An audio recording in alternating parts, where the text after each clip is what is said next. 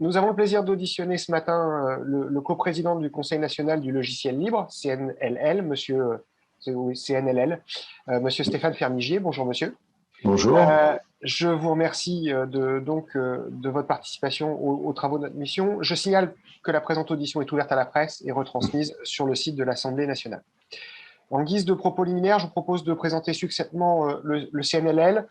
Vous me reprendrez si jamais je dis des bêtises, et puis je vous poserai ensuite trois questions liminaires, si vous le voulez bien. Le D'accord. Conseil national du logiciel libre est l'organisation représentative en France des entreprises de la filière open source. Oui. Fondé en 2010, le CNLL regroupe les principales associations et grappes d'entreprises de l'open source en France et représente par leur intermédiaire près de 300 entreprises spécialisées ou avec une activité significative dans le logiciel libre, que ce soit des éditeurs, des intégrateurs, des sociétés de conseil, etc. Et dans le numérique ouvert, open data, open hardware, etc. La mission du CNLL est de représenter et de défendre auprès des pouvoirs publics la filière professionnelle du logiciel libre et du numérique ouvert en France, ainsi que de promouvoir son offre de logiciels et de services, ses atouts spécifiques et ses besoins, notamment en termes d'emploi et de formation. J'espère que c'est très résumé, vous reprendrez si jamais il y a besoin, il n'y aura pas de souci. Je voudrais vous poser trois questions ce matin en préambule. Je voudrais d'abord savoir ce que recouvre pour vous la notion de souveraineté numérique. Oui. Ce sujet fait l'objet d'une attention croissante des pouvoirs publics depuis la crise sanitaire. Et nous avons eu l'occasion d'entendre lors de nos différentes auditions plusieurs définitions de cette notion très large, que certains rapprochent parfois d'une forme d'autonomie stratégique ou d'autonomie décisionnelle. J'aimerais donc comprendre comment vous comprenez cet impératif d'une part et de quelle façon le logiciel libre peut y contribuer d'autre part. Mon second point porte évidemment sur la filière du logiciel libre en tant que tel. Vous nous avez transmis un ensemble de documents très complets sur ses principales caractéristiques et tendances d'évolution. Je voudrais donc que vous puissiez nous dresser un état des lieux de celle-ci en mentionnant ses forces et ses faiblesses, et surtout vos attentes vis-à-vis des pouvoirs publics. Nous avons conscience que le logiciel libre est un levier de souveraineté dans une approche de promotion des communs, pour reprendre l'expression qui avait été utilisée par Henri Verdier devant notre mission. Nous voudrions donc savoir comment nous pouvons, nous, parlementaires et pouvoirs publics, participer à son développement dans le cadre de nos travaux. Enfin, et en guise de clôture de mon propos liminaire, je souhaiterais avec vous évoquer l'échelon européen. Je sais que vous siégez au sein de l'Association professionnelle européenne du logiciel libre, l'APEL. Je voudrais donc vous entendre sur son actualité et sur le rôle de l'Europe en matière de souveraineté numérique et du logiciel libre. En un mot, les différentes initiatives mises en œuvre vous semblent-elles suffisamment ambitieuses, et que peut-on en attendre dans les mois ou les années à venir? Voilà, je vous propose de vous laisser la parole pour un propos liminaire d'une dizaine de minutes, et puis ensuite on fera une séquence de questions-réponses, ou en tout cas d'échanges, plutôt que de questions-réponses. Donc effectivement, en une dizaine de minutes, ça va être difficile de tout balayer. On débordera s'il faut, il n'y a pas de souci. On pourra certainement échanger aussi par l'intermédiaire de questions. Donc le CNLL a effectivement été constitué il y a une dizaine d'années pour représenter, défendre la filière du logiciel libre, qui existe en France depuis, je dirais, à peu près 1996-98, c'est un peu le tout début de l'émergence de cette filière. Et donc, on fait très régulièrement des études et on essaye d'intervenir autant qu'on peut dans le débat public, que ce soit vis-à-vis des parlementaires ou que ce soit vis-à-vis de l'exécutif. Donc, ce que j'essaye de présenter, c'est à la fois en tant que spécialiste du logiciel libre, expert même, entrepreneur. Hein, j'ai créé plusieurs entreprises ou également investi dans quelques entreprises de la filière depuis plus de 20 ans maintenant. Je voudrais faire une petite clarification. J'utilise indifféremment open source, logiciel libre. Dans ce contexte, je ne pense pas qu'il y ait lieu d'avoir des querelles sémantiques sur ce sujet. Donc, on fait des études, je disais, la dernière qui est sortie ce matin, en fait, c'est une coïncidence du calendrier qui est assez complète et qui est centrée sur vraiment la filière, ses attentes et son positionnement par rapport au sujet, entre autres, qui nous intéresse, la souveraineté numérique. Et puis, il y a aussi des études qu'on a faites sur la taille du marché, par exemple, du marché français, du marché européen, son évolution depuis une vingtaine d'années. Donc, on a à peu près toutes les informations que vous pouvez rêver d'avoir sur notre filière. 300 entreprises au sein de notre confédération, on va appeler ça, d'autres entreprises qui ne sont pas affiliées à un cluster ou à une association, mais bon, en tout, on peut dire que la filière du logiciel libre, c'est peut-être 500 PME en France, en comptant vraiment ce qu'on appelle les pure players, c'est-à-dire les entreprises qui sont spécialisées sur ce sujet. On estime le marché français à 5 milliards d'euros. C'est des études, c'est pas nous qui le disons, c'est des études qu'on a commanditées et qui sont crédibles. Peut-être 50 000, 60 000 emplois, une croissance alors ça a ralenti parce que plus on grossit, plus forcément la croissance va ralentir, mais on est encore à 8-10% de croissance annuelle. Et puis des modèles qui évoluent, qui sont encore mal connus. Un modèle, on associe souvent logiciel libre et modèle de service, mais on voit que le modèle d'éditeur avance, et puis que le cloud c'est un peu le rouleau à compresseur de l'informatique actuelle, et on voit que le logiciel libre est aussi présent dans le cloud et que les acteurs du logiciel libre ont aussi des offres qu'on peut qualifier d'offres cloud. Donc la France a une position de leadership reconnue depuis plus de 10 ans, à peu près à égalité avec l'Allemagne, il faut le reconnaître au niveau européen, mais c'est une bonne chose. L'axe franco-européen fonctionne très bien et nous avons une association des homologues allemands avec qui nous avons, comme vous l'avez indiqué tout à l'heure, mais j'y reviendrai, fondé une association, une méta-association européenne. Alors, pourquoi la France, effectivement, est dans cette position qui est à la fois favorable, mais avec, vous avez posé la question, hein, avec aussi des attentes par rapport à la politique actuelle qui ne sont pas, à l'heure actuelle, satisfaites. On peut dire que l'intérêt des pouvoirs publics en France remonte à une vingtaine d'années, un peu plus de 20 ans maintenant. Il y a eu plusieurs missions et agences gouvernementales qui se sont emparées du sujet dès le début de l'administration électronique, en 98 à peu près, la MTIC, la TICA, la DAE, et puis c'est devenu Etalab il y a une dizaine d'années, et là on va arriver dans le vif du sujet. J'aimerais aussi saluer le travail des parlementaires sur ces sujets. Il faut savoir que de nombreux parlementaires ont soutenu le logiciel libre, ont mentionné, ont posé des questions à l'exécutif sur le logiciel libre. Il y a eu des propositions de loi, par exemple la première, pour n'en citer qu'un, du sénateur Laffitte, c'était en 98, je crois, ou en tout cas à la fin des années 90, et elle visait à mettre une priorité absolue, enfin vraiment obliger l'administration à n'utiliser que du logiciel libre, avec une période transitoire quand même de 2 ans. Donc, si cette proposition de loi avait été adoptée en 2001 ou 2002, toute l'administration française aurait dû être. Alors, bon, ça fait sourire aujourd'hui, mais quand on relit les motivations de la loi, même si l'exécution était peut-être un peu à préciser, les motivations de la loi étaient parfaitement pertinentes par rapport au débat que nous avons aujourd'hui sur notamment sur la souveraineté numérique.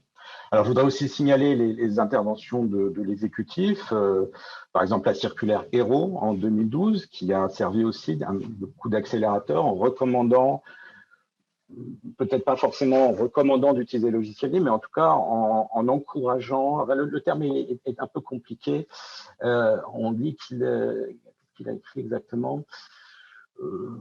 Oui, enfin, c'était plutôt un guide de bonne pratique. Voilà. C'était une circulaire qui disait quand il y a du logiciel libre, eh ben, il faut regarder si ce n'est pas l'occasion d'avoir moindre coût, une meilleure souplesse d'utilisation et éventuellement de s'en servir comme un levier de discussion, notamment budgétaire, avec les éditeurs. Il y a eu ensuite la loi Le Maire, qui a été votée en 2016. Et qui demande aux administrations d'encourager l'utilisation des logiciels libres pour préserver leur indépendance. Alors, indépendance, souveraineté, bon, vous m'avez demandé une définition, je vais y revenir. Pour moi, c'est à peu près on est à peu près dans les mêmes, dans le même domaine. Donc, cette notion de souveraineté, elle est arrivée progressivement, mais la notion d'indépendance, elle existe déjà, et de ce que le logiciel libre peut apporter à l'indépendance des systèmes d'information, elle est déjà là depuis plus de 20 ans. Et puis enfin, la circulaire Castex, qui date d'il y a quelques semaines, quelques mois peut-être, et qui est encore trop jeune pour qu'on puisse en évaluer l'impact, mais qui est en tout cas un échelon intéressant sur lequel il faudra réagir.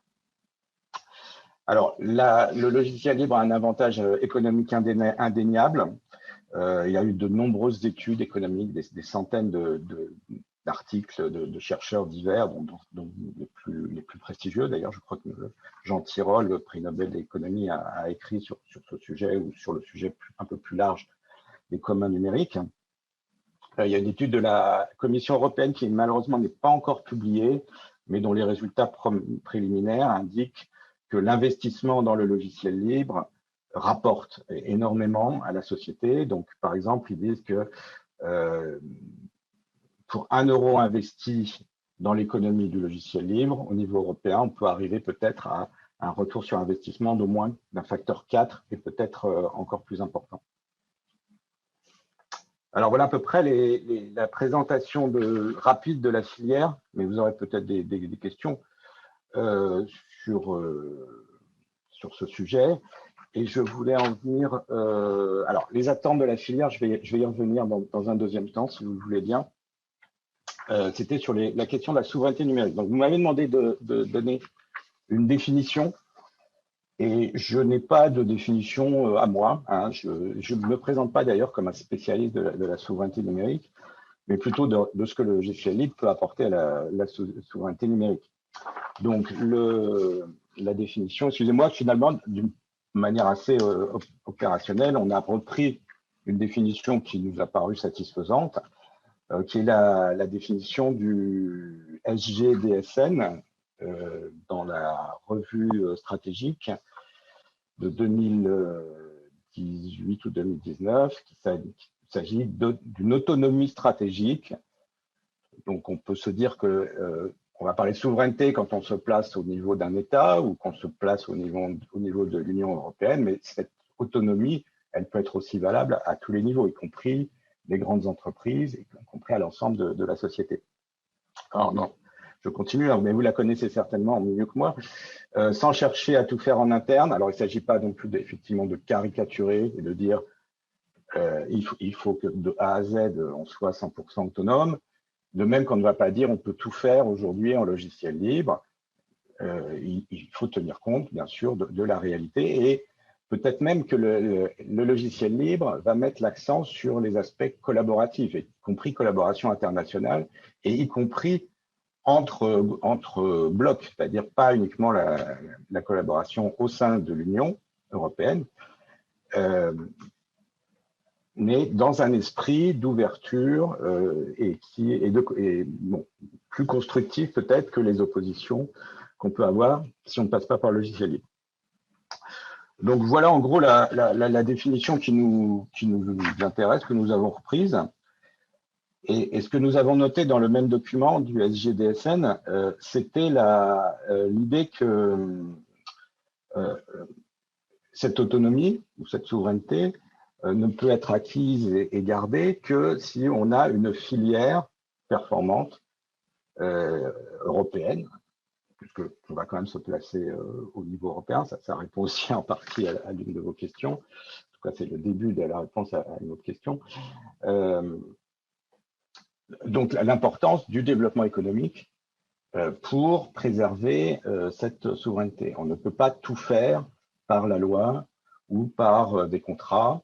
C'est un sujet sur lequel je reviendrai peut-être. Donc, je voulais signaler par exemple aussi le SGDSN mentionnait explicitement, j'ai la citation sous les yeux, une stratégie industrielle basée sur l'open source, sous réserve qu'elle s'inscrive dans une démarche commerciale réfléchie. Donc, il ne s'agit pas simplement de faire de l'open source ou du logiciel libre pour l'open source, mais d'avoir vraiment une stratégie industrielle, commerciale, entre autres, pas uniquement, mais commerciale, peut permettre aux industriels français et européens de gagner des parts de marché et par là même à la France et à l'Union européenne de reconquérir de la souveraineté. Donc ça, c'est une phrase avec laquelle on est tout à fait d'accord.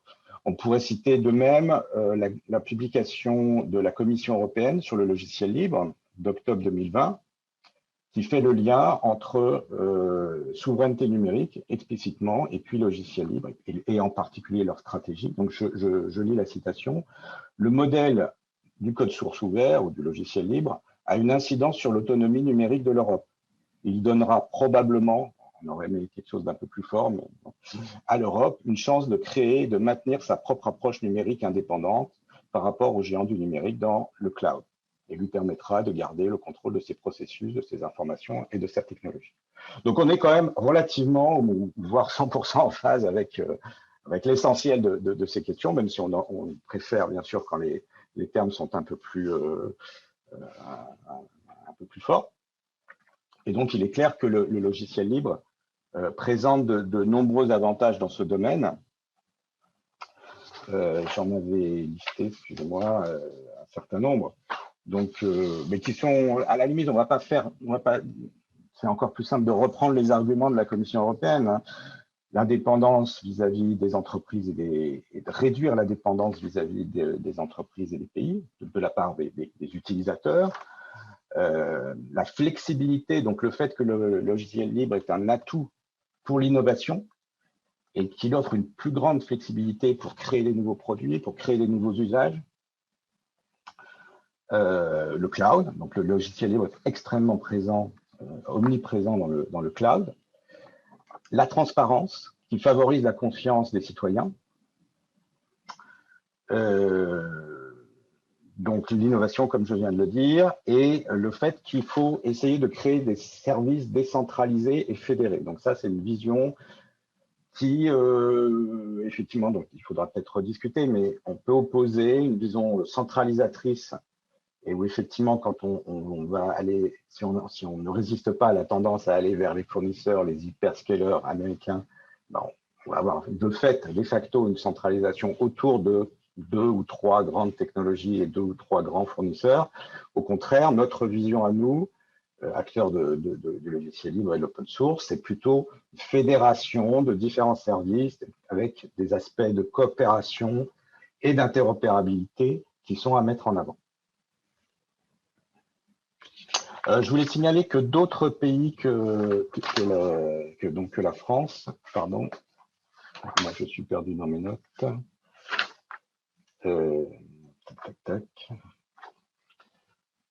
Alors, oui, donc la Commission européenne, dans sa stratégie, a mis en œuvre ce qu'on appelle un OSPO, Open Source Program Office, et en France, c'est devenu la mission logiciel libre, qui effectivement a été créée par la circulaire Castex et qui servira, entre autres, probablement de fer de lance de cette stratégie, mais sur lequel nous avons quelques, je ne vais pas dire que nous avons des réserves, mais en tout cas, nous aimerions que disons le plan d'action soit plus ambitieux.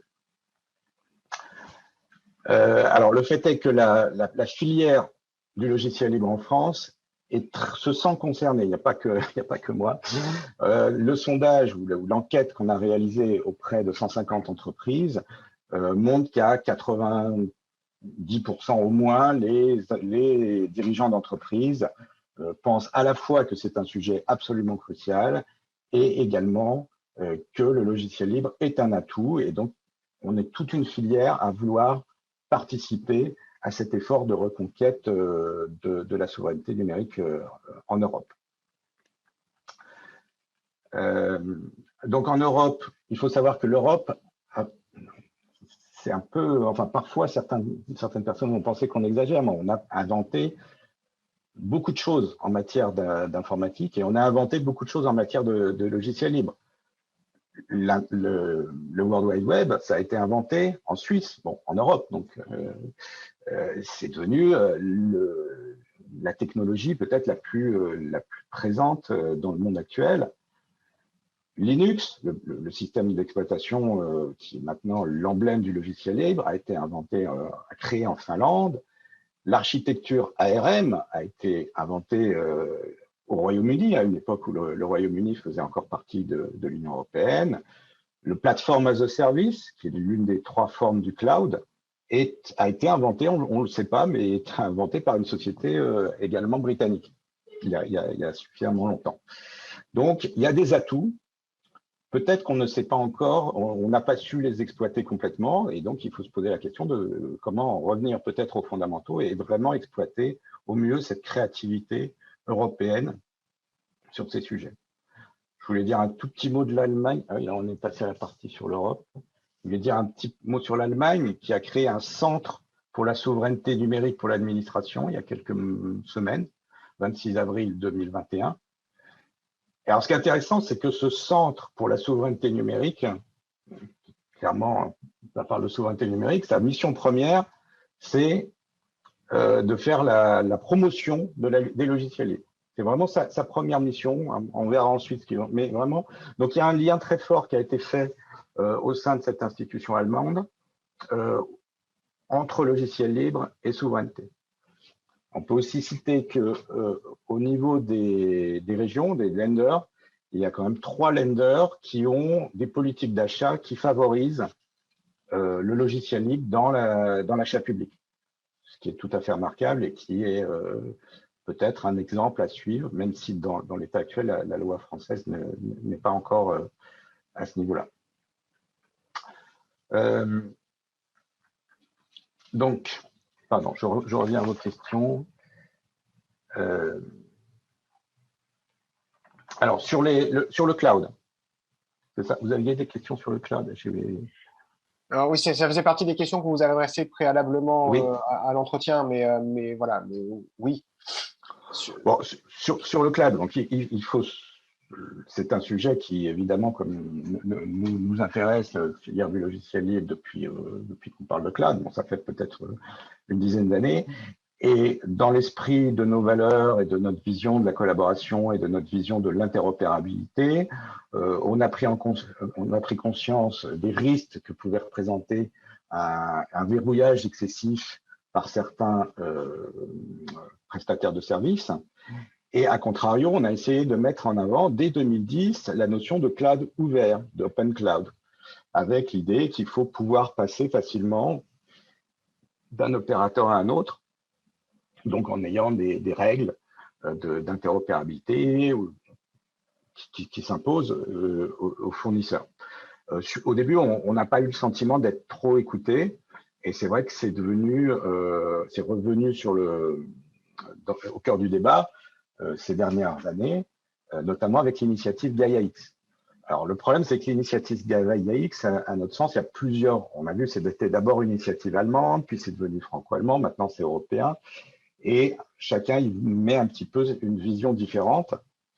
Et donc, depuis le temps qu'on en parle, on n'est pas encore bien convaincu d'avoir compris quelle est la vision qui prédomine. Par exemple, la vision originelle des Allemands, c'était de faire l'Airbus du cloud.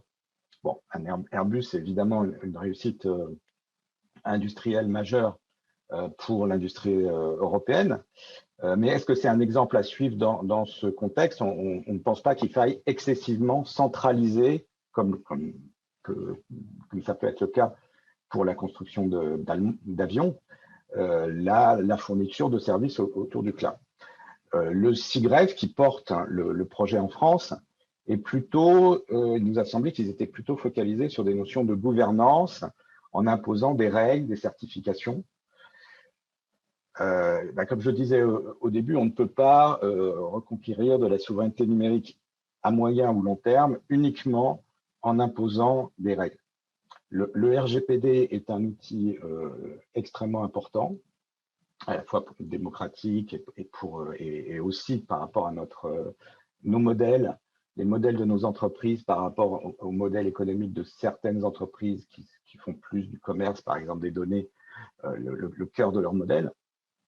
Mais on ne peut pas s'appuyer uniquement sur le RGPD et ses variantes pour dire qu'on a fait de la souveraineté numérique. Donc là, encore une fois, il faut avoir une vision industrielle. Il faut que cette vision industrielle, à notre sens, ne soit pas uniquement focalisée sur les gros acteurs. On a vu les annonces la semaine dernière, Orange, Atos, etc.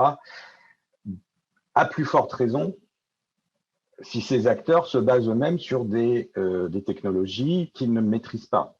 On a vu dans les annonces que ces acteurs français allaient s'allier avec les fournisseurs de technologies américains, que sont Google et Microsoft. Et à notre sens, c'est reculer pour mieux sauter. C'est quelque chose qui, à terme, ne peut pas apporter toute la souveraineté dont on a besoin. Voilà les quelques petite remarque concernant l'annonce du cloud. Et je voulais en venir, si vous voulez bien, à la dernière question, qui était en fait la première, je crois, c'était ou la deuxième. Qu'est-ce qu'on attend? Quelles sont un peu nos attentes par rapport aussi bien aux parlementaires qu'à l'exécutif? Alors, je vais commencer par le premier point, c'est tout simplement appliquer la loi existante, ou en tout cas l'appliquer d'une manière un peu plus poussée. Donc, je pense en particulier à la loi République numérique de 2016 et de son article 16 qui dit qu'il faut préserver la maîtrise, la pérennité et l'indépendance des systèmes d'information en encourageant les administrations à utiliser le logiciel libre. Donc, cet encouragement, alors d'un côté, on se rend bien compte qu'il ne suffit pas d'encourager, il faut qu'il y ait quand même des directives un petit peu fortes, sinon chacun continue à faire à peu près ce qu'il veut. Mais qu'il y a aussi des aspects culturels, donc il y a de la formation, il y a tout un travail d'animation, de réseau au sein de l'administration, travailler en réseau aussi bien dans les administrations centrales, donc dans les ministères. Chaque ministère peut avoir ses propres besoins, donc sa propre façon d'aborder le sujet. Les collectivités territoriales peuvent être concernées et puis le niveau européen peut également être concerné. Donc pour nous, il faut donc l'annonce par le Premier ministre il y a quelques semaines de la création d'une mission logicielle libre est une bonne nouvelle. Nous l'avions réclamé et nous le réclamions depuis 2016, depuis que la loi Le Maire avait été promulguée, mais sans qu'on ait constaté sur ce point précis de mise en application effective. Il nous semble quand même que la mission logicielle libre telle qu'elle se préfigure, avec essentiellement, de ce qu'on nous a dit, 3 personnes, c'est pas 3 personnes qui vont faire animer toute l'administration française. Enfin, il y a des chantiers absolument immenses, et ça, c'est uniquement pour l'animation interne. Donc, on pense aussi qu'il faut une politique industrielle, il faut une politique de développement économique. Donc, une mission logicielle libre qui ne serait rattachée qu'au ministère de la fonction publique. Enfin, je me souviens plus, je ne connais plus par cœur le terme exact aujourd'hui, mais en tout cas, Madame de Montchalin, il ne peut pas, voilà, il n'aura pas cette capacité à agir sur les aspects industriels de cette filière. Donc, il faut, à notre sens, que le ministère de l'économie s'en empare, notamment la DGE. Il y a des questions de formation, donc ça peut concerner aussi le ministère de l'Éducation et le ministère de l'Enseignement supérieur et de la Recherche. Il y a des questions d'innovation, donc ça concerne là aussi directement le ministère de l'Enseignement supérieur et de la Recherche. Donc cette mission logicielle libre, à notre sens, et ça serait donc une première demande un peu explicite, il faut que rapidement elle se mette en œuvre, mais que rapidement on trouve un moyen d'en agrandir le périmètre, soit en ayant des actions similaires en écho dans les autres ministères qui seraient réellement concernés, en particulier en ayant cette, comment dire, que la DGE s'empare du sujet, du développement économique des entreprises de la filière. Et puis, alors, il y a une dimension intéressante qui est la dimension des dépenses publiques. Alors, votre ancienne collègue, Isabelle Attard, avait posé de nombreuses questions parlementaires en 2014 à tous les grands ministères pour leur demander où ils en étaient dans le déploiement des logiciels libres. Il y a eu quelques réponses, tous les ministères n'ont pas répondu, mais sur chaque réponse était intéressante, mais n'apportait souvent que des éléments qualitatifs. Voilà, nous avons déployé le projet X qui est à base de tel logiciel libre, nous avons fait ceci, nous avons fait cela, très bien, mais il n'y a pas peut-être une étude, enfin, à notre sens, il faudrait peut-être faire une étude poussée avec des gens dont c'est un petit peu le métier, donc par exemple l'inspection générale des finances, qui irait réellement voir ministère par ministère quelles sont les dépenses informatiques et quelle est la part du logiciel libre dans ces dépenses. Et on verrait sans doute, malheureusement, que cette part des dépenses dans la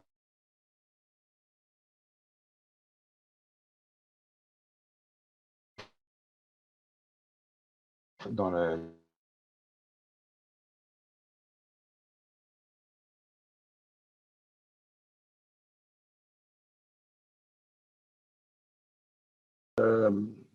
deuxième grand point, c'est la commande publique. Ça, c'est quelque chose qui est réellement ressorti comme le facteur numéro 1 de soutien à la filière dans notre étude. Vous pouvez peut-être s'en douter, mais en tout cas, c'est un levier qui paraît évident. L'État peut aider une filière, surtout quand c'est une filière qui fournit des produits ou des services qui lui conviennent, qui sont naturellement des outils pour sa transformation numérique. Alors, très récemment, Améline Montchalin nous a écrit un courrier où elle, donc je la cite, en accompagnant les administrations pour qu'elles utilisent l'open source au mieux, je souhaite que la mission logicielle libre, donc ça pour l'instant c'est pas nouveau, il y a un élément nouveau, soutienne les acteurs économiques français et européens de cet écosystème, notamment via une meilleure prise en compte dans la commande publique du critère de transparence des codes sources. Donc ça c'est un élément relativement nouveau qu'on n'entendait pas jusqu'à ce courrier. Il faudrait que, effectivement, cette mission logicielle libre ne soit pas simplement dans une démarche de partager les codes sources, faire diffuser les bonnes pratiques, mais également d'être proactif vis-à-vis de notre filière, de façon à ce que les entreprises puissent efficacement candidater au marché public et qu'il y ait vraiment cette notion de soutien à notre écosystème qui soit enfin prise en compte.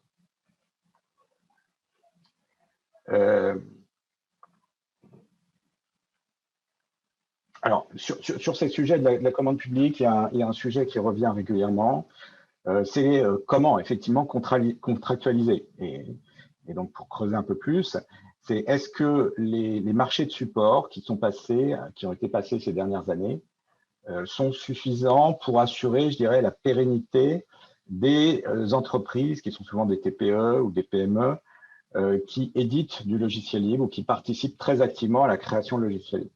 Les marchés de support sont en général passés avec des intégrateurs et souvent des grands intégrateurs quand il s'agit de grands marchés de support pour des raisons voilà, de taille et compte tenu des volumes que cela représente, l'acheteur public va se tourner naturellement vers les grands intégrateurs ou en tout cas les grandes sociétés informatiques de services.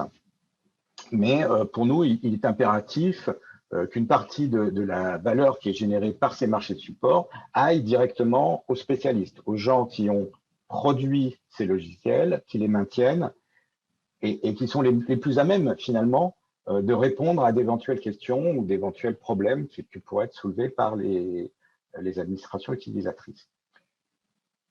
Donc, le rapport de votre collègue, Éric Bothorel, il y a quelques mois, le mentionnait d'ailleurs explicitement et notait qu'il y avait des difficultés dans le code des marchés publics ou dans les aspects éventuellement contractuels, compte tenu des spécificités du logiciel libre. Donc, il nous paraît important, alors je ne vais pas forcément aujourd'hui, je ne pense pas que ça vous intéresse d'ailleurs aujourd'hui même, de faire la liste de tous les problèmes, mais ce qui me paraît important, de se poser autour d'une table avec les PME, les TPE, éventuellement les intégrateurs, énumérer ces problèmes, en discuter avec les directions achats des ministères, etc., de façon à avoir un panorama complet des problèmes juridiques que pourrait poser soit le Code des marchés publics, soit son application dans les faits actuellement, et essayer de trouver des solutions, soit de changer ce Code des marchés publics quand c'est nécessaire, ou pour aller plus vite, de trouver des moyens de contournement. Voilà, donc après, il y a la question de comment, et je l'ai évoqué tout à l'heure, comment ou doit-on d'abord, et ensuite comment faire en sorte qu'il y ait une véritable préférence pour le logiciel libre au sein de l'administration qui certainement aiderait à tirer encore plus la filière. C'est une source de débat depuis 20 ans, comme j'évoquais avec la proposition de loi du sénateur Laffitte. La notion de préférence, par exemple, a déjà été écrite sous forme d'une directive par le ministère de la Défense dès 2006. Le ministère de la Défense écrivait on doit s'efforcer, avant toute acquisition ou tout développement, d'identifier les solutions alternatives en logiciel libre disponibles, de fonctionnalités équivalentes ou voisines, à coût global, et risque et efficacité opérationnelle comparables. Le logiciel libre est privilégié. Donc, cette idée que toute chose étant égale par ailleurs, on va plutôt faire pencher la balance vers le logiciel libre, nous paraît une première étape qui, à mon sens, devrait pouvoir être généralisée, que peut-être pas sous forme législative à l'heure actuelle, mais sous forme de directives plus fortes, comme on a pu le voir, je vous le disais, dès 2006 au sein du ministère de la Défense. Si ça ne suffit pas, si ça ne marche pas, on a toujours des moyens un peu plus contraignants. Benoît Thiolin, dans un rapport du Conseil économique, social et environnemental de 2009, recommandait ou évoquait en tout cas la possibilité d'imposer des quotas. On parle beaucoup de Small Business Act. On sait que c'est un serpent de mer, c'est un sujet qui revient depuis des années. Voilà, comment faire en sorte qu'il y ait des quotas soit sur le logiciel libre, soit sur les PME innovantes européennes, soit encore mieux les deux, de façon à ce que l'influence des grands acteurs à tendance monopolistique et qui sont le plus souvent des sociétés étrangères soit d'une certaine façon contrecarrée. J'en arrive presque à la fin, si vous me permettez.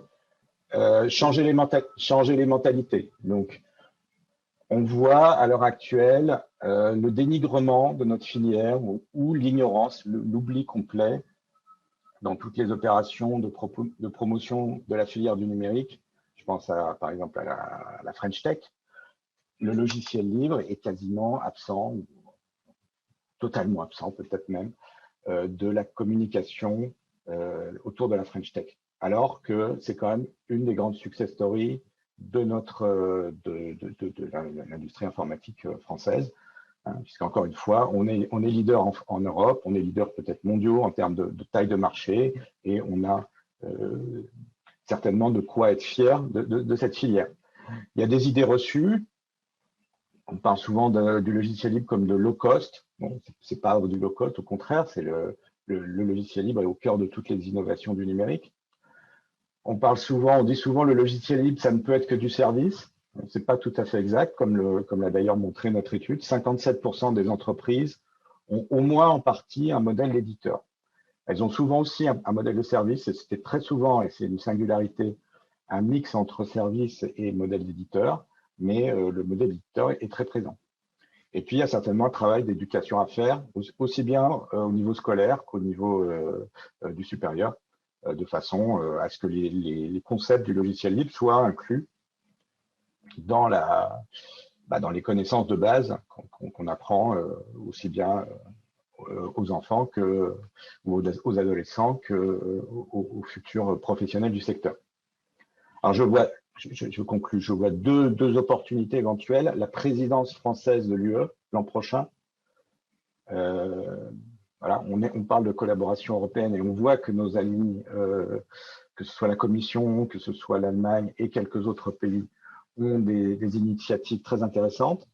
Nous aussi, on a eu des initiatives et donc il me paraît important de coordonner toutes ces initiatives et de les porter à un niveau supérieur, et encore une fois en tenant compte des aspects économiques et industriels qui ne sont pas, par exemple, très présents dans la communication de la Commission. Et puis, on pourrait imaginer que le Parlement s'empare de cette question plus précisément, c'est-à-dire resserre un petit peu le sujet au cours d'une mission peut-être plus ponctuelle sur la souveraineté numérique et le logiciel libre. Voilà à peu près ce que j'avais à dire en introduction. Merci. Dans ce que vous dites, pardon, quel état des lieux vous faites de l'utilisation du logiciel libre au sein de l'administration? Est-ce qu'il y a des zones est-ce qu'il y a des zones, est-ce qu'il y a des ministères, est-ce qu'il y a des pans de l'administration dans lesquels la culture n'a pas pris du tout, et d'autres où la culture du logiciel libre a plutôt bien pris?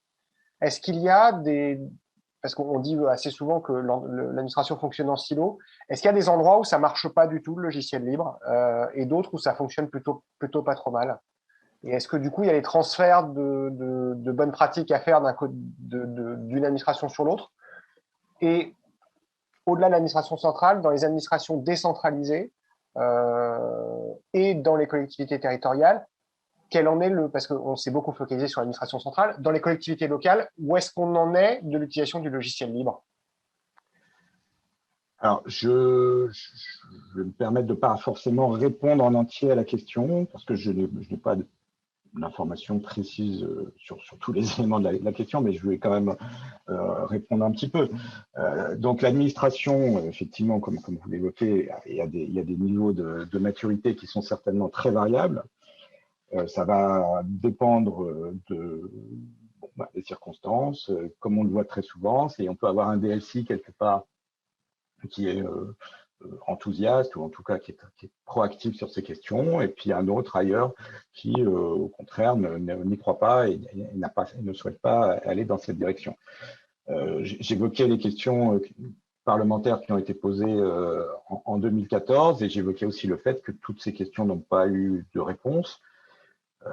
J'ai consulté ces réponses il y a quelques mois, mais je saurais vous donner un compte rendu synthétique de ces réponses. En gros, je me souviens plus des détails. Mais et puis par ailleurs, c'était en 2014, donc c'était il y a 7 ans. Beaucoup d'eau a passé sous les ponts. Ce qu'on constate à l'heure actuelle, ce qui est un peu inquiétant, c'est là peut-être un point important, c'est que des ministères qui étaient quand même assez fortement impliqués dans une démarche de se tourner vers le logiciel libre, cette démarche semble, dans certains cas, aller dans une autre direction à l'heure actuelle. Donc, on constate que effectivement, cette notion de souveraineté qu'on essaye et que vous essayez forcément de mettre en avant d'un point de vue peut-être abstrait, je ne sais pas, concrètement, les gens se tournent de plus en plus facilement vers des solutions d'offreurs cloud américains, avec de plus en plus de contraintes qui viennent en fait contrecarrer même à terme les possibilités pour les éditeurs, pour les sociétés de notre écosystème, et plus généralement du cloud. Sur ce cas-là, je pense que c'est un peu le même combat avec les sociétés, entre l'écosystème du logiciel libre et une partie de l'écosystème du cloud français et européen. On constate que les annonces récentes du gouvernement vont plutôt avoir pour tendance de renforcer l'offre américaine, conjointement certes avec quelques industriels français, mais la technologie logicielle, qui est finalement le moteur du cloud, va rester, si on s'en tient aux annonces qui ont été faites, exclusivement américaine. Et par ailleurs, l'idée d'imposer des certifications à ces offreurs, je parle du label, alors je ne sais pas tout à fait si c'est une certification ou pas, mais en tout cas le label Secnum Cloud, s'il impose une barrière à l'entrée trop élevée pour des PME, TPE, il risque de poser des vrais problèmes de survie pour les sociétés qui sont le plus dépendantes de la commande publique. Alors, notre étude révélait que 80% de nos sociétés ont des clients dans le public. Ça ne veut pas dire que 80% de notre chiffre d'affaires est fait avec le secteur public, mais voilà. Donc, la plupart de nos sociétés ont des clients dans le secteur public et donc souhaitent continuer à en avoir et souhaitent clairement en avoir de plus en plus. Il ne s'agirait pas de mettre des barrières par méconnaissance de notre écosystème, par méconnaissance de l'offre, par croyance que les technologies américaines sont forcément supérieures aux technologies d'origine européenne. Donc, c'est quelque chose vraiment inquiétant et qu'il faut prendre en compte. Donc, c'est vrai qu'en face de ces questions-là, vous avez évoqué les questions de transfert de bonnes pratiques, donc plus généralement l'animation qui a été confiée à la mission logiciel libre et qui était avant réalisé de manière, je ne vais pas dire informelle, mais en tout cas sans qu'il y ait une mission clairement identifiée, c'est ce qu'il faut faire. C'est-à-dire il faut que les gens qui sont les plus avancés dans cette démarche soient en mesure de témoigner, de présenter des bonnes pratiques et de faire en sorte que le logiciel libre, pour les responsables informatiques qui seraient encore mal informés ou réticents par rapport à ces questions-là, puissent être tirés vers le haut par ce qu'on a appelé les premiers de cordée dans un autre contexte. Concernant les collectivités territoriales, donc notre étude effectivement portait en partie sur cette question. On a essayé de mettre en évidence des disparités régionales. Il faut savoir que l'Île-de-France, par exemple, est prépondérante en termes de nombre de sociétés du logiciel libre, mais c'est un peu en lien avec la prépondérance économique de l'Île-de-France. On peut remarquer que toutes les régions n'ont pas le même niveau à la fois de prise de conscience et de soutien vis-à-vis du logiciel libre. Et quand je dis, c'est un petit peu un euphémisme, puisqu'il y en a essentiellement une qui est très en avance sur ces questions, c'est la région Nouvelle-Aquitaine, qui a initié des politiques du logiciel libre il y a déjà 20 ans presque, en soutenant différentes initiatives, en ayant depuis quelques mois un plan de développement de la filière numérique qui prend pleinement en compte le numérique ouvert, le logiciel libre entre autres, ainsi que les aspects éthiques et responsables du numérique, qui est aussi un sujet, j'en ai pas parlé, mais qui est très présent dans notre sphère. Et puis, dans notre rapport, nous avons le témoignage de Nicolas Vivant, directeur de la stratégie de la culture numérique de la ville d'Échirolles, anciennement DSI de la commune de Fontaine, qui a un certain nombre de succès, par exemple, à mettre en avant. L'économie de licence de 100 000 € par an. Ils ont réussi à migrer 60% des postes de travail vers Linux. Les postes de travail sont plus rapides, plus stables, esthétiques et plus sécurisés et moins chers que leur équivalent propriétaire. Donc ça, c'est des citations verbatim de Monsieur Vivant.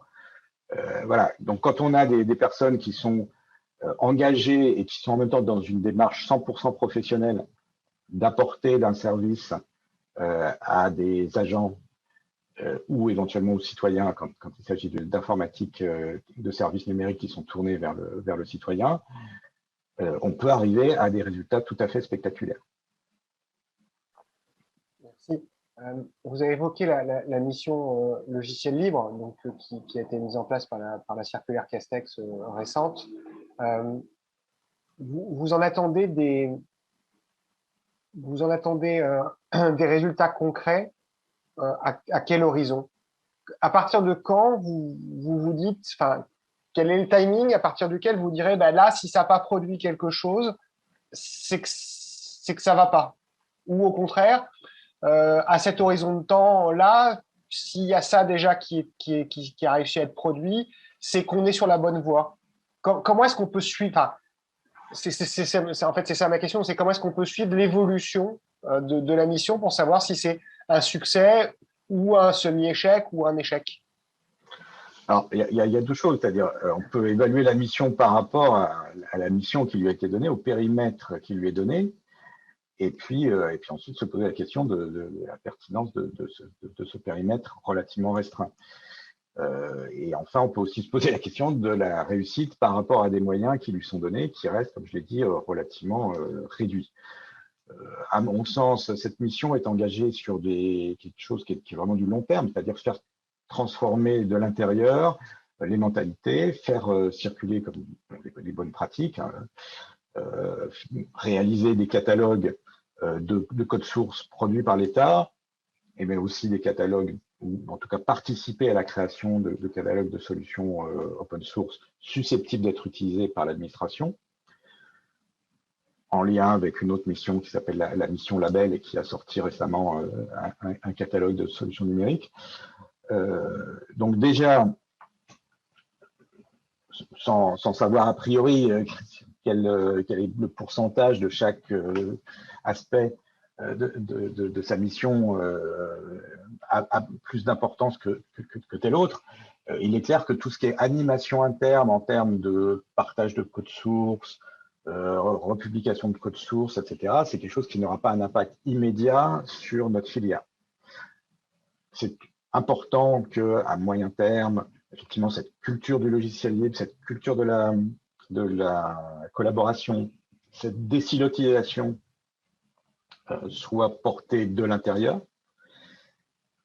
À mon sens, on peut sortir des indicateurs. Je ne sais pas exactement quels sont les indicateurs qui ont été déjà donnés dans le cadre de cette mission, mais on peut sortir des indicateurs sur le fait d'avoir effectivement un catalogue, d'avoir un annuaire du code source de l'État, d'organiser suffisamment d'animation, d'avoir suffisamment de personnes engagées dans les dialogues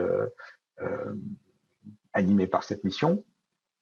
Après, avoir des indicateurs sur le fait qu'il y ait une corrélation, par exemple, directe entre l'activité de cette mission et le pourcentage, par exemple, le pourcentage de marché, le pourcentage de chiffre d'affaires, enfin des achats publics qui se fait sur du logiciel libre, ça paraît quand même un peu trop éloigné. Et de toute façon, on n'a pas les outils. Et c'est d'ailleurs pour ça que je suggérais qu'effectivement, un outil, alors c'est toujours difficile de se rajouter des indicateurs, etc., entre guillemets pour le plaisir, mais je pense que ça serait un indicateur important à un moment donné d'être capable de dire, voilà, tant de millions, tant de milliards peut-être, qui vont dans tel escarcelle, plutôt que d'aller entretenir la filière du logiciel libre français et européen. Me vient une question qui est liée à l'audition de Microsoft de la semaine dernière, dans laquelle Microsoft disait qu'ils étaient l'une des entreprises qui était la plus pro-logiciel libre du monde. Quelle réaction ça provoque chez vous? Il faut à la fois le sourire, mais en même temps, c'est une question tout à fait sérieuse. Hein, là, le premier, c'est qu'effectivement, historiquement, quand on a vécu les grands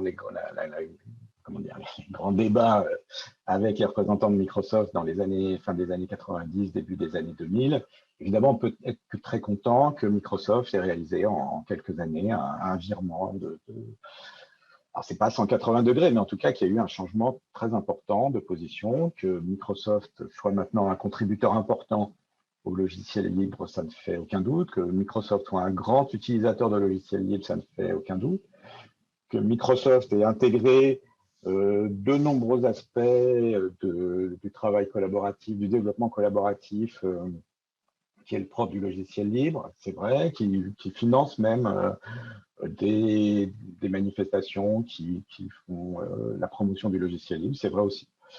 Maintenant, le modèle, que ce soit de Microsoft, de Google ou d'autres, Google aussi a été un grand, et toujours un grand producteur de logiciels libres, un grand, voilà, il y a un certain nombre d'innovations actuelles du cloud qui viennent, ou qui sont dérivées des innovations qui avaient été faites chez Google au départ.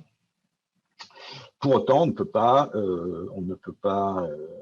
à mon sens, considérer que que Microsoft est une société, comment dire, qu'il faut mettre en avant dans une politique de cloud souverain. Voilà. Que ce soit Google ou Microsoft ou les autres de la série. Mais je pense en particulier à Google et Microsoft parce que c'est les deux qui sont les plus engagés autour des logiciels libres.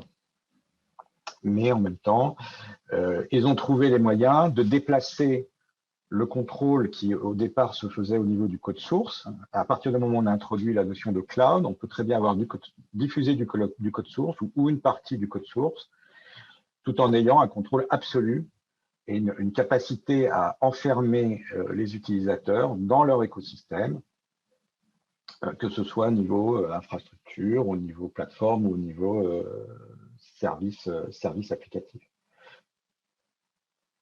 Voilà. Donc notre relation avec Microsoft, elle n'est pas, c'est plus une opposition frontale.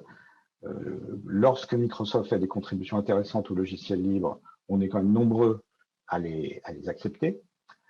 Mais en même temps, le cloud Microsoft, le cloud Google, le cloud Amazon nous semblent des objets qui posent de très nombreux problèmes, que ce soit pour notre écosystème à nous, ou que ce soit pour la souveraineté numérique européenne. Si on fait un pas de côté et qu'on considère, ce qui n'est pas totalement vrai, hein, mais que les smartphones sont une sorte d'ordinateur, Oui, oui. où est-ce qu'on en est aujourd'hui de la création d'un système d'exploitation libre? On a bien vu les difficultés des Chinois et notamment de Huawei avec Android. On voit bien l'ensemble des critiques qui touchent à iOS d'Apple avec des blocages, par exemple sur l'antenne NFC, sur ce genre de choses. Où est-ce qu'on en est aujourd'hui dans ce domaine-là? Est-ce qu'il y a des projets viables à terme et à moyen terme pour avoir des logiciels, enfin des systèmes d'exploitation qui soient des systèmes d'exploitation libres? Alors, dans le domaine des smartphones, le logiciel libre est omniprésent. Alors, il faut savoir que iOS est basé en grande partie sur des logiciels libres, mais bien sûr, l'ensemble n'est pas un logiciel libre. Pour Android, c'était un peu plus ambigu, même si finalement on se dirige un peu dans cette direction. Il y a une partie d'Android qu'on appelle l'AOSP, l'Android Open Source Project, qui est libre.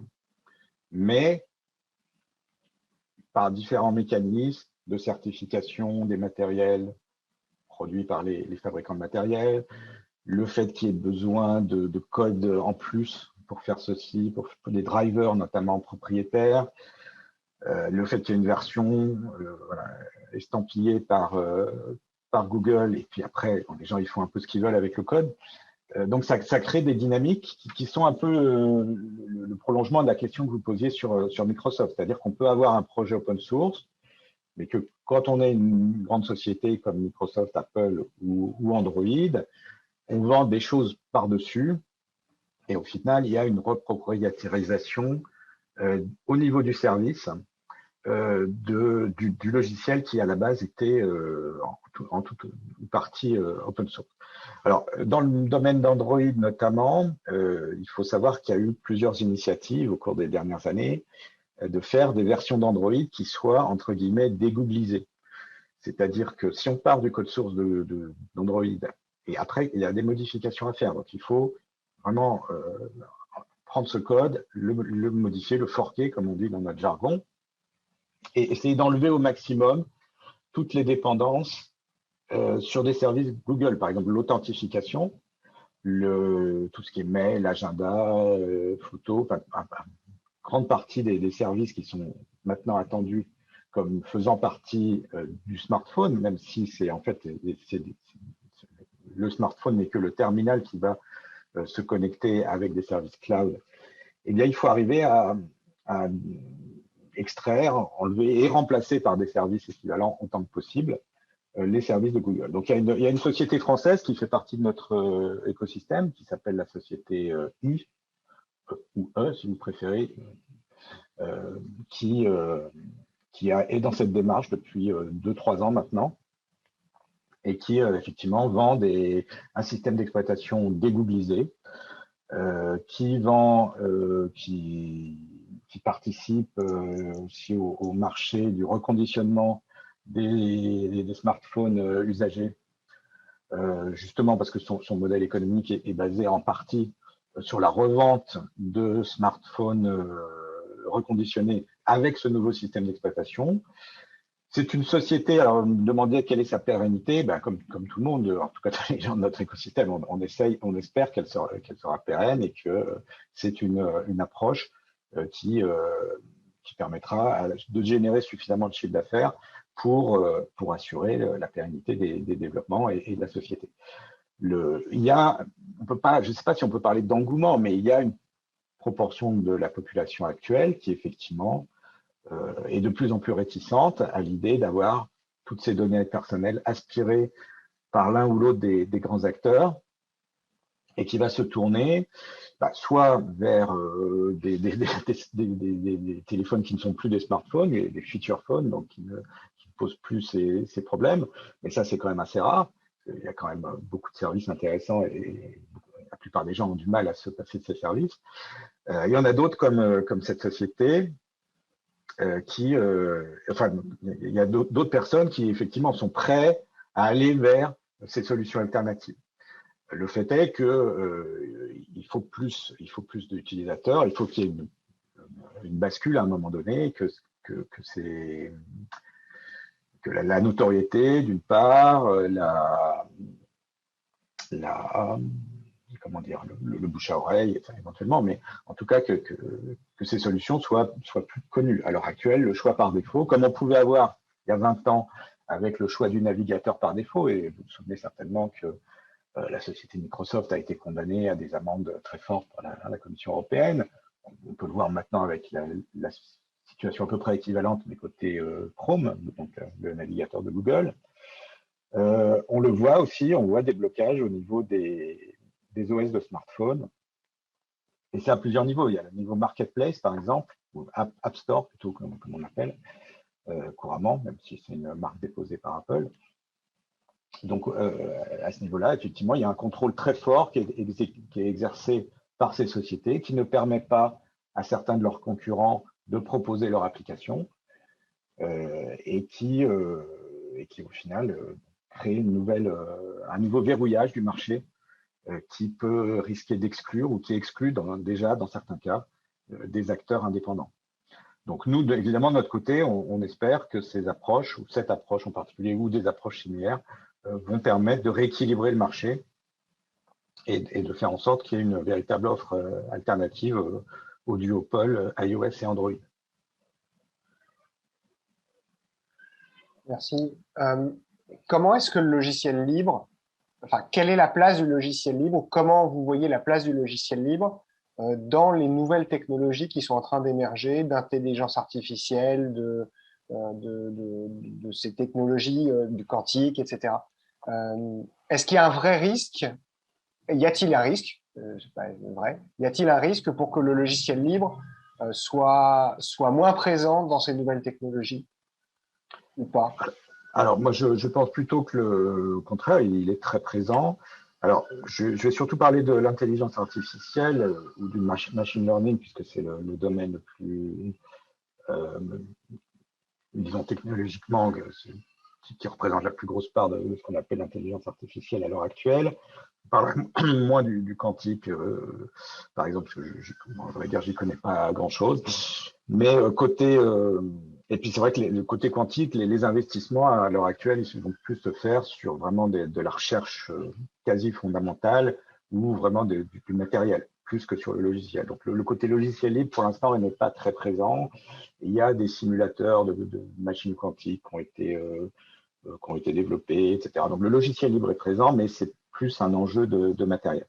Côté intelligence artificielle, il faut savoir que la bibliothèque la plus utilisée, ou l'une des 2 ou 3 plus utilisées dans le monde en termes de machine learning, c'est scikit-learn. C'est un projet qui vient de l'INRIA, qui est un très très beau projet de la recherche française, mais aussi un très beau projet industriel, puisque l'INRIA a eu l'intelligence de créer au sein de sa fondation un consortium scikit-learn avec un certain nombre de grandes entreprises et de startups aussi qui utilisent cette librairie, cette bibliothèque plutôt, pour faire donc du machine learning.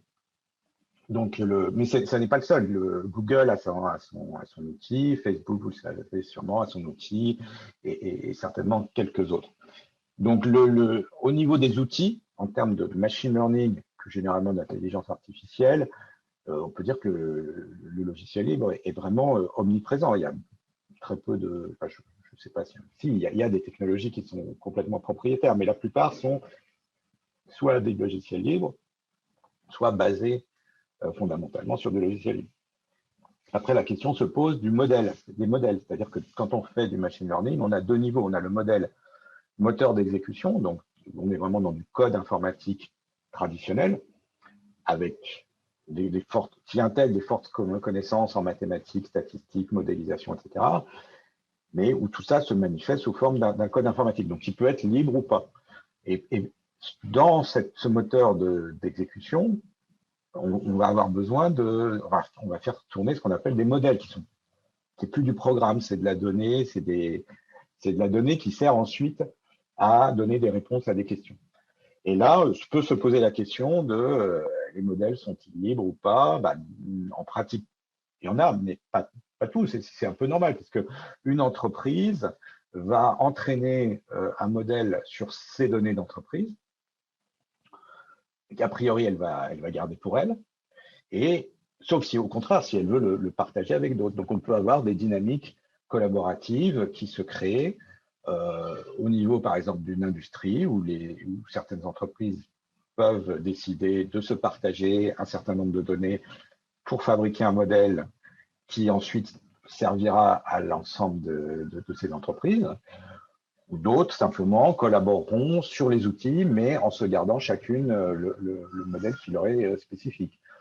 On pourra bien sûr commercialiser des modèles, etc. Donc tout ça, ça se fait déjà. Je parle au futur, mais c'est déjà des choses qui existent. Merci. Je vois le temps qui passe et avant de vous poser la question rituelle de savoir si on a oublié de parler d'un sujet, je voudrais vous poser la question Oui. de cet article des Échos d'hier Oui. sur qui titrait, et on est complètement dans le sujet de la mission. Le titre, c'est Souveraineté numérique, le cri d'alarme du logiciel libre français. Oui. Ce cri d'alarme, aujourd'hui, qu'est-ce qui ferait que vous pensez qu'il sera entendu? Qu'est-ce qui va faire que vous pensez qu'il sera entendu? C'est parce qu'on parle de souveraineté numérique de plus en plus?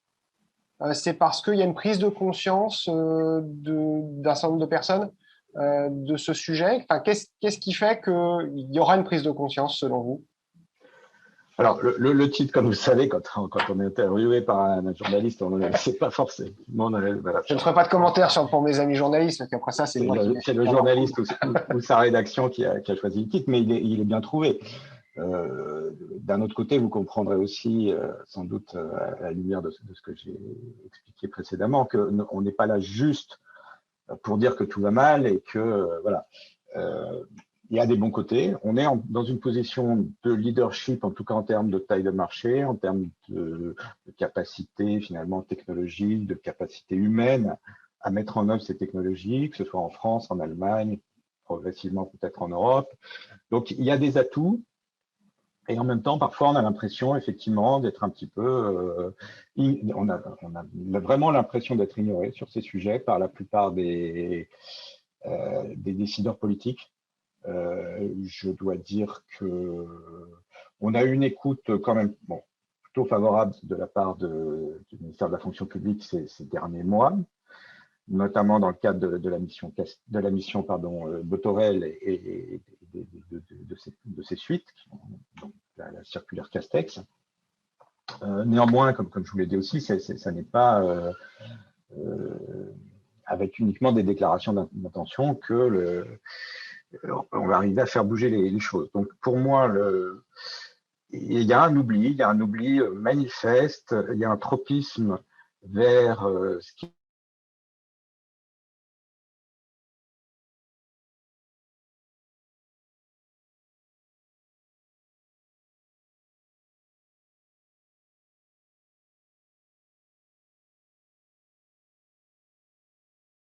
avec les grands du numérique, Bill Gates à l'époque, maintenant il est passé sur autre chose, mais à l'époque c'était Bill Gates, de nos jours c'est les CEO des grandes sociétés américaines. Dans la foulée, il y a toujours des contrats, alors c'est pas toujours des contrats, mais il y a toujours des accords qui sont signés. Google va expliquer aux entreprises françaises comment faire ceci, Facebook va offrir via les CCI, je ne parle pas forcément de cas vraiment spécifiques, c'est plutôt des exemples, mais ça pourrait être le cas, et ça a été le cas dans des variantes de cette idée. Donc on a cette puissance qu'on peut appeler puissance de l'argent, c'est-à-dire que c'est des sociétés qui ont des moyens assez important en termes de lobbying. C'est indiscutable, hein. Il suffit de regarder les registres du lobbying à Bruxelles pour voir qui sont les principales sociétés qui essayent de déployer leur influence. Nous, filière de l'open source, effectivement, on est plus habitués je ne vais pas dire des bouts de ficelle, mais en tout cas, on essaye de faire beaucoup avec beaucoup d'enthousiasme, avec un esprit éthique, un esprit ouvert, avec du collaboratif, mais parfois on a du mal à être entendu. Donc après, il y a cette idée aussi que, bon, c'est pas très agréable d'en parler, mais il va peut-être falloir. C'est cette idée qu'il y a des fonctionnaires qui, à un moment donné, sont dans la fonction publique, soit de manière permanente, enfin semi-permanente, soit pour des missions de quelques années, et puis qui, à un moment donné, quand ils sortent de ces postes, tout d'un coup, ils se retrouvent justement dans des entreprises de ce type-là. Et on a le droit de se poser effectivement les questions de, voilà, est-ce qu'il n'y a pas une distorsion de la perception du contexte ou de la distorsion de la décision par ces personnes, que ce soit à un niveau, disons, comment dire, qui le veuille vraiment, que ce soit d'une sorte de corruption, pour parler les mots, mais que ce soit simplement ce que Jean-Baptiste Souffron, notre avocat qui a travaillé avec nous sur un certain nombre de dossiers, appelle la corruption des esprits, c'est-à-dire l'idée que tout ce qui vient des US, tout ce qui vient des grands clouds des hyperscalers, est forcément supérieur aux technologies qui ont été inventées en Europe, et que donc c'est même pas la peine, je dis, d'évoquer l'existence d'une filière. Je parlais par exemple dans le cadre de la French Tech, que voilà, qu'il y a les contraintes et les difficultés qu'on peut rencontrer, notamment des contraintes d'ordre administratif, marché public, je l'ai évoqué effectivement, c'est pas voilà, c'est pas forcément un problème, et que par contre, quand on voit qu'il y a un problème pour faire passer l'administration française sur du cloud américain, notamment ce problème s'appelant le RGPD et l'arrêt Schrems 2 qui a été rendu l'été dernier, et ben on finit par trouver une solution. On va prendre la techno américaine et on va la faire tourner sur des serveurs hébergés par des sociétés françaises. Donc on voit que pour moi, il y a un petit peu deux poids, deux mesures, et on souhaiterait effectivement être plus entendu. Même si on peut reconnaître avoir été en partie entendu sur cette affaire de mission logiciel libre et de circulaire Castex, mais sur un sujet qui reste encore très restreint par rapport à l'ensemble de nos attentes et l'ensemble des difficultés qu'on peut rencontrer dans ce domaine. Merci. Bien pris, oui, effectivement, dans ce que vous avez dit, il n'y a pas que du négatif, et il ne faut vraiment pas le voir comme ça. Enfin, on a bien compris qu'il y avait des choses qui marchaient et que c'était voilà, qu'il y avait des choses positives. On demande à être valorisé. Voilà, c'est vraiment ça. Il y a un côté mal aimé. Peut-être qu'on manque d'amour de la part des décideurs et des gens enfin, des pouvoirs publics, quoi, en l'occurrence. Merci. Est-ce qu'il y a un sujet qu'on n'a pas abordé, que vous voudriez qu'on aborde? Est-ce qu'il y a un point sur lequel vous voulez revenir particulièrement, qui vous tient à cœur et sur lequel vous voulez remettre un coup de projecteur, ou est-ce qu'on a fait le tour? Ben, écoutez, je pense qu'on a fait le tour. Peut-être il y a oui, pour vraiment se placer un poil au-dessus, c'est l'idée que le logiciel libre et l'open source, c'est basé sur des valeurs de coopération, de transparence, d'ouverture. C'est des valeurs démocratiques. Dans la communication de la Commission européenne, on voit que c'est des valeurs qui sont présentées comme étant compatibles et même en synergie avec les valeurs de l'Union européenne, respect des données personnelles, sécurité. Et donc, je pense qu'en travaillant sur ces sujets, à la fois sur le niveau des valeurs plutôt politiques et puis sur des niveaux plus opérationnels, mission, d'animation, savoir marché public, encouragement, formation, etc. Je pense que c'est comme ça qu'on arrivera à jouer de nos atouts dans le cadre de cette reconquête de la souveraineté du Mali. Merci beaucoup. Merci pour le temps que vous nous avez consacré et de vos réponses. Ce que je dis à chaque fois, mais je préfère le redire, c'est que les auditions sont filmées et retransmises sur le site de l'Assemblée, pas simplement pour des questions de transparence et dont on a parlé sur des éventuelles influences ou lobbying, mais c'est surtout pour que vous puissiez tous, les personnes qui sont déjà passées en audition ou qui vont y passer, puissent réagir ou en tout cas apporter des compléments s'il y a des choses qui sont lors d'une audition entendues et sur lesquelles il y a un point d'emphase à mettre ou au contraire à dire bah, c'est une mauvaise idée, il faut pas le faire et en expliquant pourquoi. Enfin, ce sont des auditions interactives, donc n'hésitez pas et c'est pour ça qu'on les laisse sur le site. Alors, en très mauvais français, en podcast et en replay, comme dirait la télévision, mais c'est fait pour ça, c'est que vous puissiez sur certaines thématiques, si vous le souhaitez, voir ce qui a été, enfin entendre ce qui a été dit et éventuellement y réagir et y contribuer en nous envoyant un message écrit. Il y a aucun souci pour qu'on puisse l'intégrer. Donc n'hésitez surtout pas, et ça sera avec plaisir que nous l'intégrerons dans les éléments du rapport. Voilà. Okay. Bah, merci beaucoup de m'avoir reçu. Merci beaucoup. Je vous en prie. Merci infiniment du temps que vous avez consacré. Merci beaucoup. Bonne journée à vous. Au revoir.